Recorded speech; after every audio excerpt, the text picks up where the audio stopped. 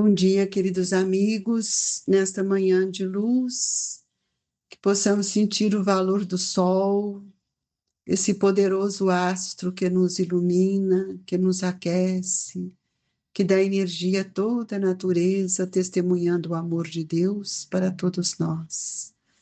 Esse mesmo sol, nós gostaríamos que ele se transformasse na frase sublime de Eurípides: poderoso é o sol da verdade.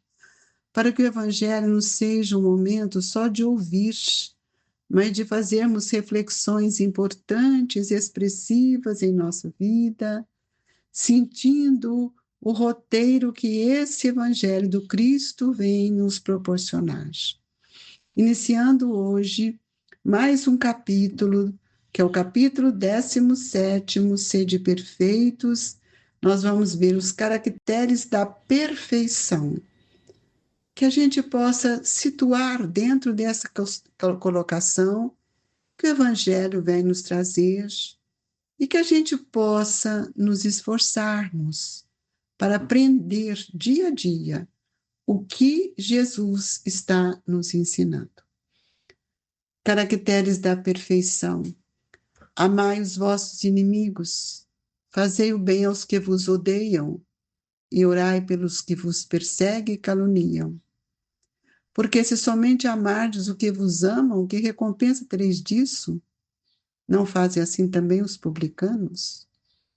Se unicamente saudardes os vossos irmãos, que fazeis com isso mais do que os outros?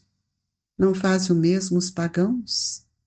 Sede, pois, vós outros perfeitos, como perfeito é o vosso Pai Celestial. São Mateus, capítulo 5, versículo 44, 46 a 48. Pois que Deus possui a perfeição infinita em todas as coisas, esta proposição, sede perfeitos como é o vosso Pai Celestial, tomada ao pé da letra, pressuporia a possibilidade de atingir a perfeição absoluta. Se a criatura fosse dado ser tão perfeita quanto o Criador, tornar-se-ia ela igual a este, o que é inadmissível. Mas os homens a quem Jesus falava não compreenderiam essa nuance, pelo que ele se limitou a lhes apresentar um modelo e a dizer-lhes que se esforçassem pelo alcançar. Aquelas palavras, portanto, devem entender-se no sentido da perfeição relativa, a de que a humanidade é suscetível e que mais se aproxima da divindade. Em que consiste essa perfeição? Jesus o diz: em amarmos nossos inimigos, em fazer o bem aos que nos odeiam e orarmos pelos que nos perseguem. Mostrar ele desse modo que a essência da perfeição é a caridade na sua mais ampla acepção, porque implica a prática de todas as outras virtudes. Nós vamos iniciar o nosso momento de evangelho com esse pequeno trecho, mas que nos fala tanto, pedindo a Jesus que os bons espíritos possam nos envolver, trazendo a mansuetude, a compreensão, a serenidade e o amor para todos nós. Pai amantíssimo, que sejamos mais dóceis diante de toda a sua grandeza. Que saibamos compreender o papel que Jesus veio nos trazer, ensinar, para que nós pudéssemos nos evangelizarmos. E com este pensamento é que nós ligamos a Ti, Senhor, rogando o amparo, a lucidez, o estímulo para cada um de nós. E que a paz inefável do Seu amor construa em nós este vínculo de fraternidade com toda a criação. Que o Senhor nos abençoe hoje, agora e todo sempre. Que assim seja. Caros amigos, Sede perfeitos é o título deste evangelho. Mas para que eu seja perfeito, eu preciso saber quais são as características dessa perfeição. E Jesus, ele numera para nós: amai os vossos inimigos. Será que a gente ama? É a primeira pergunta que nos leva a refletir. Será que os nossos sentimentos ainda estão ligados à mágoa, ao remorso, ao ódio ou ao arrependimento? E para que eu possa amar os nossos inimigos, eu preciso fazer o que ele diz: fazei o bem aos que vos odeiam. Eu não tenho que abraçar, eu não tenho que beijar. Isso não é um bem, isso é uma manifestação externa. O que eu posso fazer é eliminar as vibrações do ódio, da mágoa, do rancor, que permeiam dentro de nós através da nossa oração sincera, pedindo a Deus que nos fortaleça para dissolver todos esses liames de sentimentos escuros e doentes que ainda nos perseguem e muitas vezes nos caluniam. Então, isso depende do esforço da vontade, de um conhecimento que eu preciso saber o que seja a vontade, porque a vontade, ela é um atributo que nos auxilia na nossa evolução. E aqui nós vamos ver que Mateus, quando traz essa narrativa, ele nos mostra uma questão que nós precisamos compreender. Porque se somente amardes o que vos amam, que recompensa tereis disso? Jesus fala isso para os publicanos, para os fariseus. Não faz assim também os publicanos?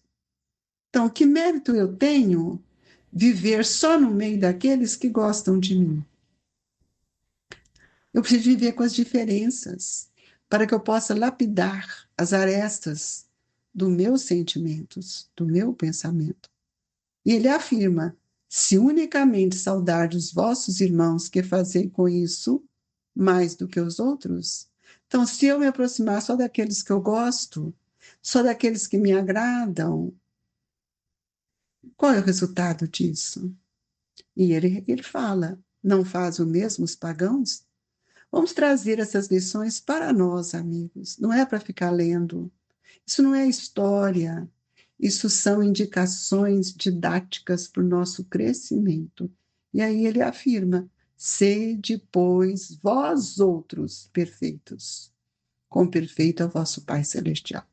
Nós sabemos que nós não seremos perfeitos como o Pai Celestial, porque Deus é Criador. Se eu fosse perfeito como Ele, eu poderia estar com as mesmas características de quem me criou.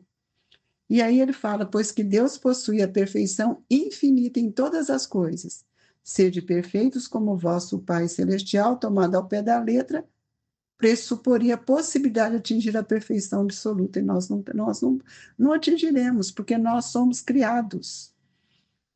Deus é o Criador, nós somos criaturas criadas por Ele, que adquirimos uma elevação que seja uma elevação de espíritos felizes, como Jesus. Mas Jesus não é Deus, e Deus não é Jesus.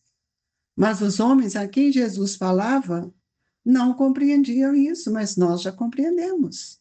Hoje nós temos a doutrina espírita que nos mostra quem somos. Somos um espírito, estamos a caminho de uma evolução. Deus não nos criou na plenitude de nossos sentimentos, Ele nos criou simples e ignorante para que a gente desenvolvesse as potencialidades que estão dentro de nós, os atributos, e nos esforçássemos para nos tornarmos melhores. Então, é pelas multiplicações das existências, das reencarnações, é que nós vamos lapidando todos os nossos sentimentos em relação àqueles espíritos que vamos encontrando, reencontrando. E toda vez que reencontro e que me modifico e que eu passo a amar aquele irmão, eu estou nascendo de novo para a verdade. Então, é preciso entender o que consiste a perfeição em amarmos os nossos inimigos. Quando? Quando eu reencontro com eles no meu lar. não é lá na rua. É quando a reencarnação nos permite que esses espíritos voltem, em fazermos o bem aos que nos odeiam, em orarmos pelos que nos perseguem. Não é como nós pensamos, atravessar a rua para não ver o inimigo mais. A reencarnação, ela fortalece os laços de família porque é um processo pedagógico divino para que a gente aprenda a amar aqueles que ontem não conseguimos amar. É assim que nós vamos nos atraindo pelas leis da simpatia, das afinidades, mas também precisamos daqueles outros que não temos tantas simpatias e nem tantas afinidades e que voltam para estar conosco para nos auxiliar. Talvez nem nós possamos auxiliar tanto quanto pensamos, mas ele nos auxilia, porque como mãe, como pai, eu preciso ter outros olhos para o meu filho, porque ali está o germe do amor, como está em mim. E a essência da perfeição, sem dúvida, é a caridade, na sua mais ampla acepção. E é por isso que, através do desenvolvimento do bem, do amor, da caridade, eu vou construindo outras virtudes. E aqui ele vai nos mostrar que, com efeito, se for observados os resultados de todos os vícios, e mesmo dos simples defeitos, reconhecer-se-á nenhum haver que não altere mais ou menos o sentimento da caridade, porque todos têm seu princípio no egoísmo e no orgulho, que eles são a negação. E isso porque tudo que sobrecita o sentimento da personalidade destrói, ou pelo menos enfraquece os elementos da caridade. Quais são esses elementos? A benevolência. O egoísta não é benevolente. O egoísta não é indulgente. Porque para que eu seja indulgente, eu preciso ser severo comigo. E o egoísmo e o orgulho, ele me impede, porque ele me coloca numa posição de sobreexcitação. Me coloca como se eu fosse maior do que o outro. E como é que eu vou ser benevolente e indulgente se eu não conheço o que é ser abnegado? E nem o que é ser o devotamento. Porque a abnegação ela vai me pedir uma mudança de sentimentos, como a resignação. Para que eu seja abnegado, eu preciso amar. E para que eu seja devotado, eu preciso saber o que é o devotamento, que é o cumprimento da lei. Então, não podendo o amor ao próximo, não podendo o amor do próximo levado ao amor ao inimigo, aliar-se nenhum defeito contrário à caridade, porque aquele amor é sempre, portanto, indício de maior ou menor superioridade moral. Quando eu imponho condição para a forma de amar, eu estou mostrando que o egoísmo fala mais alto. Então, nós vamos ver que grau de perfeição o Evangelho está nos convidando. E o grau de perfeição que nós temos que nos esforçarmos está na razão direta da sua extensão. De que forma eu estou me esforçando para cumprir com os ensinamentos que Jesus nos disse. E é por isso que a divisa trazida por Allan Kardec, ou seja, pelo Espírito de Verdade, é: fora da caridade não há salvação. E a maior caridade, ela se realiza dentro do lar, nos relacionamentos, quando nós vamos ver que todos nós precisamos ter regras para que a gente possa aprender a amar e a servir. E é isso que Jesus está nos dizendo. Sede perfeitos, como perfeito é vosso Pai Celestial. Isso é uma progressividade da esperança. Todos nós cresceremos, todos nós precisamos aprender a amar. E é pelas múltiplas reencarnações que nós vamos entendendo o que é sermos perfeitos. Então, amigos, se a gente puder estar mais atento para os nossos sentimentos, nós vamos perceber que toda a perfeição está no esforço que cada um de nós vamos realizar para quebrar a concha do egoísmo, do orgulho, da vaidade, para sentirmos o valor do outro. É inadmissível que a gente possa achar que nós já somos bons. Nós não somos bons. Nós estamos a caminho E este caminho é o caminho do bem. Por isso, Jesus nos adverte quanto à questão que precisamos ser bons.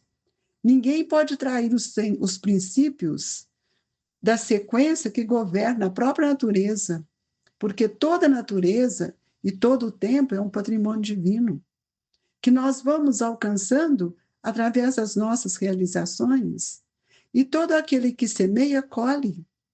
E antes que a gente preocupe com a colheita, é preciso que a gente olhar como eu estou semeando.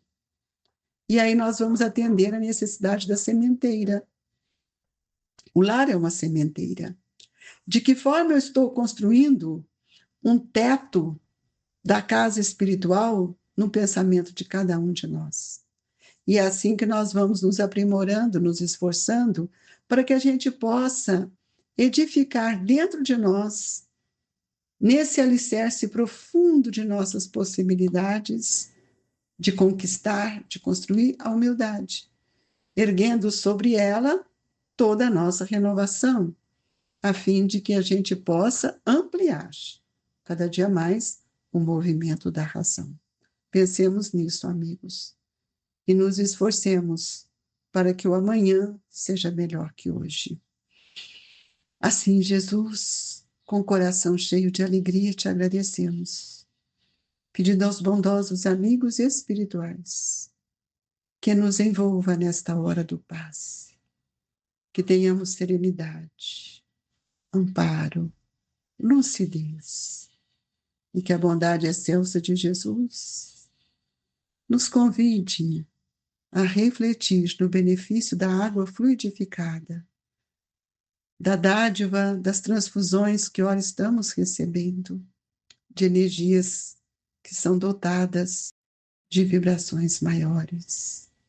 Queridos amigos, que seus corações, que é o vaso sagrado do sentimento, seja depositado as vibrações de todos nós, do Grupo Espírita Esperança e Caridade, Colégio Allan Kardec. Fique com Deus, amigos. Que o Senhor nos abençoe hoje e sempre. Que assim seja.